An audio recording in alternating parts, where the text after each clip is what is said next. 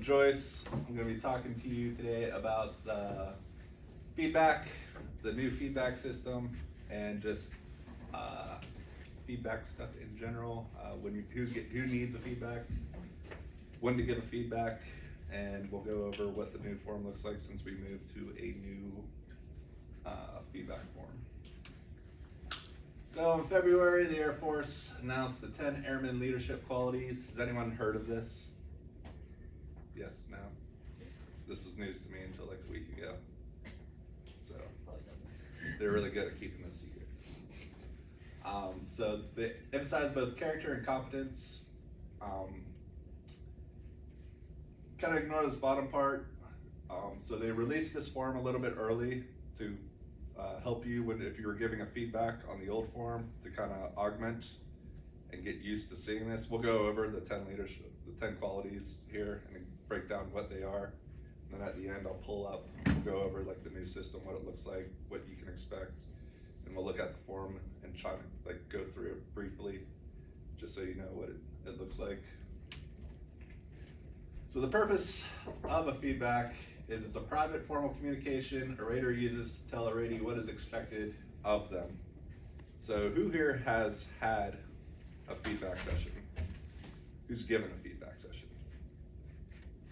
All right, so everyone should know what it is. Your ratees, you need to tell them what is expected of them from the Air Force point of view, which Sergeant Morales went over last briefing, and what you expect of them as well. It's super important because if they don't know what they're doing wrong or what they're doing right, I mean, whose fault really is it? You need to give clear, concise guidance as to what is expected of them, how they can succeed. Just remember too, like it also helps them with their career, and you're gonna have a big part in their career, and you could determine whether they stay in or stay out, basically, if you're not giving them the proper feedback, whether it be good or bad. Feedback is mandatory for all officers and all enlisted. If an individual requests a feedback session, as you can see here, you have to provide one within 30 days. This could be for any reason. Someone could just want to know where they stand, or is basically what it's for. You're not going to do one if the biggest one here is we've had a couple people on base go AWOL before, so that's pretty much you're not going to give them a feedback. Good luck finding them. But I doubt we're going to have a captive, a prisoner, anything like that. If you get over to the TRSS or whatever they're calling themselves these days, there's a special thing for students receiving the Air Force form.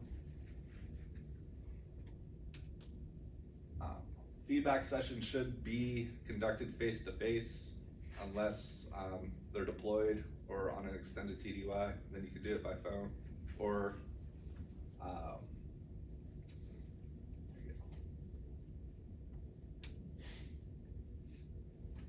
so initial feedback should be performed within the first 60 days. You begin supervision. So if you get someone moved under you, you have 60 days to perform a feedback with them. With the initial one is, once again, you're just gonna go into the expectations of what the Air Force expects of them according to the rank and what you kind of expect for them in your office or shop or wherever you work, and just what you as a supervisor expects of them. The midterm, then there's a midterm feedback, so it's gonna be halfway between the initial and when the EPR closes out. So the midterm is kind of a, hey, this is where you're at right now. This is what you're doing great. This is what you're doing bad. This is what needs to be improved on, to kind of like for enlisted guys, we're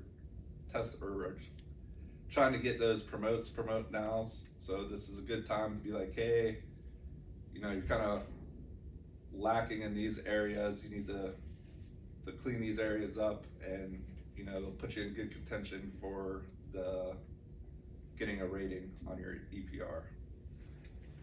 And then there's the end of reporting feedback session. So a lot of you guys, if you have senior airmen's EPRs just closed out. While they were signing or before they signed it, as a supervisor of them, you should have sat down with them and went over their EPR with them and explained to them why they were rated the way they were and what they could do better or what they did great. But they should understand, there shouldn't be any question in their mind why they were rated the way they were. And all those reasons should line up with all these previous feedbacks that you had. Everything should line up and be consistent with what you're telling them.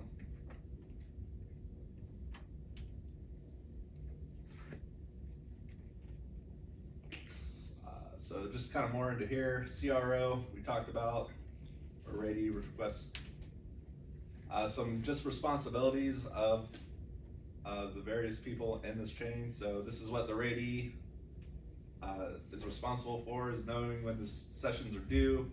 Once again, talked about they can request a feedback session at any point, and then obviously sign.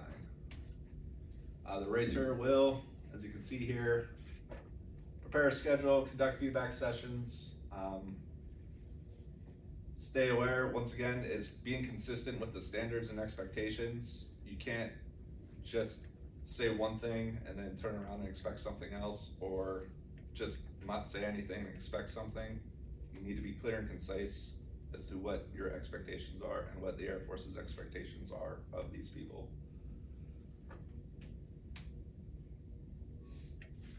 So the rater's rater, you're just kind of making sure if you're an additional rater, so tech sergeants, master sergeants and above, is you just gotta make sure that your guys are giving feedback when it's appropriate, making sure that they are holding those standards. And then the unit commander does a bunch of stuff that we'll just kind of skip through because it's pretty transparent to you guys. So here's where we start the 10 ALQs. So the new Air Force form, feedback form, is broken up into 4 different categories with these little subcategories in them. So the first one is executing the mission. So as you can see, is job proficiency, initiative, and adaptability, which these new categories are actually pretty nice. And when we look at the form, you'll see that there's the grading criteria and how you're supposed to grade them is way better than the old way. Gives a lot more depth and room to grow. So then leading people, inclusion and teamwork, emotional intelligence, communication, and then managing resources, stewardship, accountability. These are all pretty self-explanatory. Improving the unit, decision-making, innovation. And so what'll happen is, the way the new system works is you should get an automatic email generated to you. So like I got an email that says like, hey, there's actions, kind of like when you put in an EPR or an award, and it emails you that like, hey, go to my PERS. And this is the screen you'll see, so there'll be, you know, list who feedback is due. So, and it'll tell you which feedback it is. So these guys have to give it an initial feedback to. This is wrong. I used to rate on these people, I don't anymore. So I talked to the CSS, they're still trying to work that system out. But it's, you'll open it up and this is what the form looks like.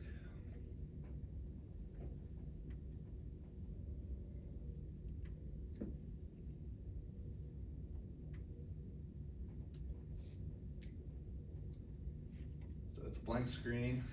Beautiful. Click and drag it. Click and drag it where? Or you have duplicated screen? What? Are you duplicating Drag the it screen? to a different screen. There's another one screen. Lies. There's 2. Yeah. To the right.